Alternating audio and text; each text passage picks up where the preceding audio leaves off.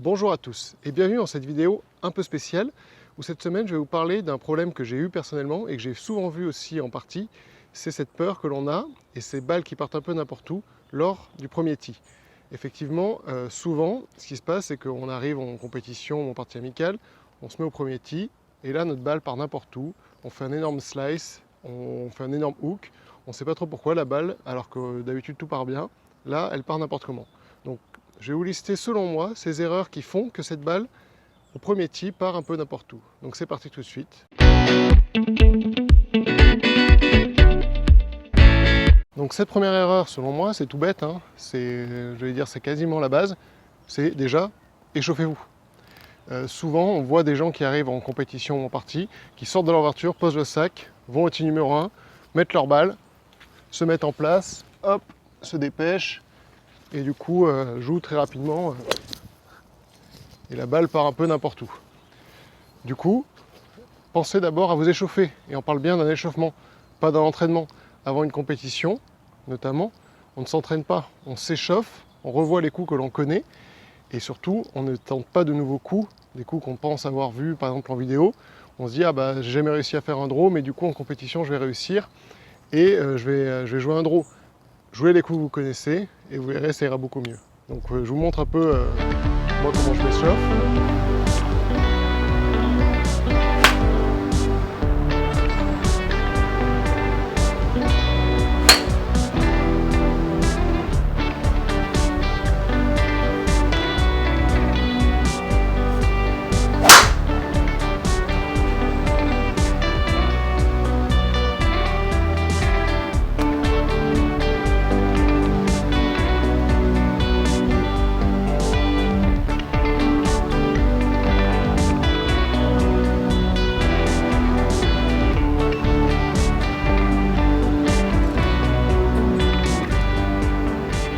Sachant que c'est tout bête, hein, vous regardez sur les YouTube du PGA, ils mettent notamment l'échauffement des pros.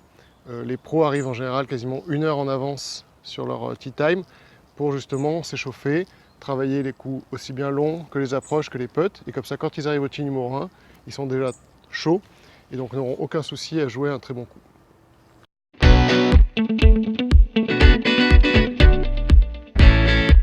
Alors, un autre problème que l'on a souvent, c'est simplement que mentalement, on n'est pas encore dans la partie.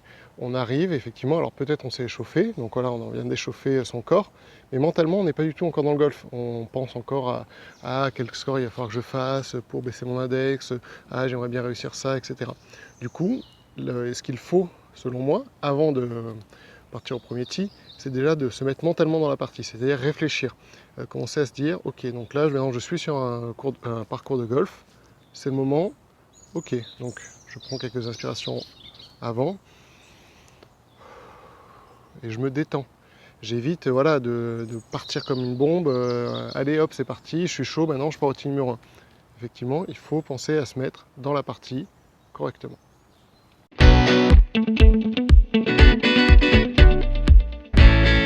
J'ai une question pour vous. Quand vous jouez à fair set ou à pitching wedge ou peu importe n'importe quel club, à quoi pensez-vous? Est-ce que quand vous allez au club, vous dites, prenez votre fair set, vous dites, allez, j'envoie la balle le plus loin possible? Non. Vous dites, bah, je prends mon fair set parce que je veux que la balle fasse 130 mètres, 140 mètres, 110 mètres, je ne sais pas, ça dépend de votre swing, votre façon de pouvoir partir la balle. Mais dans tous les cas, vous ne vous dites pas dans votre tête, j'envoie la balle le plus loin possible. Alors pourquoi, quand vous prenez le driver, souvent, on a tendance à se dire, allez, j'envoie la balle le plus loin possible. Donc on va se forcer, on va arriver, on va taper le plus fort possible. Et du coup, en tapant le plus fort possible, on se crispe. Et là, la balle, elle part un peu n'importe où. Donc moi, un des conseils que je vous donne, c'est tout simplement de jouer votre coup, peut-être, au tee numéro 1, à 80, 70%. C'est-à-dire, histoire de vous dire dans votre tête, ok, je ne joue pas forcément fort, je veux juste mettre une balle et la mettre en jeu, et surtout vous donner un point. C'est-à-dire que quand vous arrivez avec vos drivers, c'est comme sur n'importe quel club. Il ne faut pas se dire, je l'envoie le plus loin possible, le plus proche du drapeau. Si vous dites, bah voilà, par exemple, là-bas, je ne sais pas si vous voyez, il y a un arbre, et bah pour moi, la cible, c'est cet arbre, à droite de cet arbre est le bunker. Donc je vais au driver, et je vais frapper une balle à 80%, vers cette cible là-bas et on va essayer de l'envoyer sur le fairway du coup.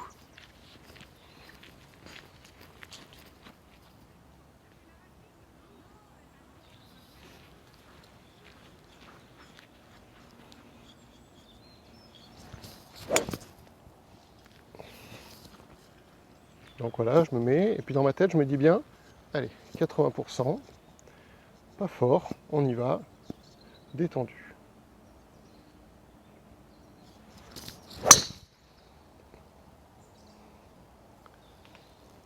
Voilà, parfaite. Elle est un tout petit peu à gauche dans le rough, et voilà, je ne me suis pas forcé, et du coup ma balle est en jeu, et j'ai un second coup qui n'est pas trop long.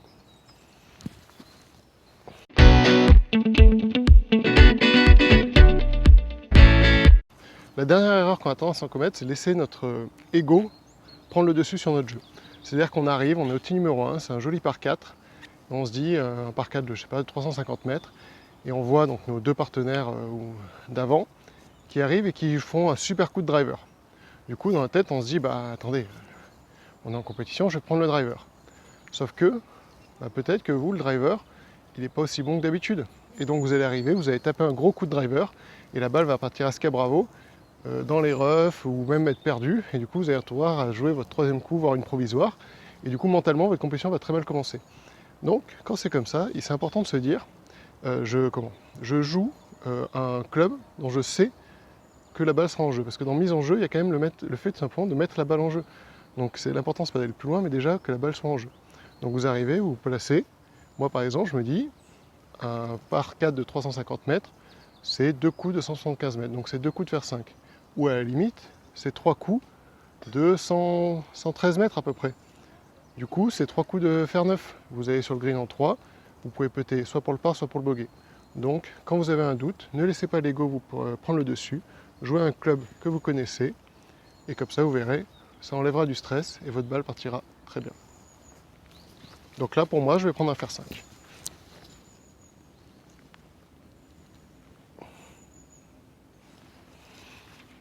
Donc pareil, hein, je place ma cible.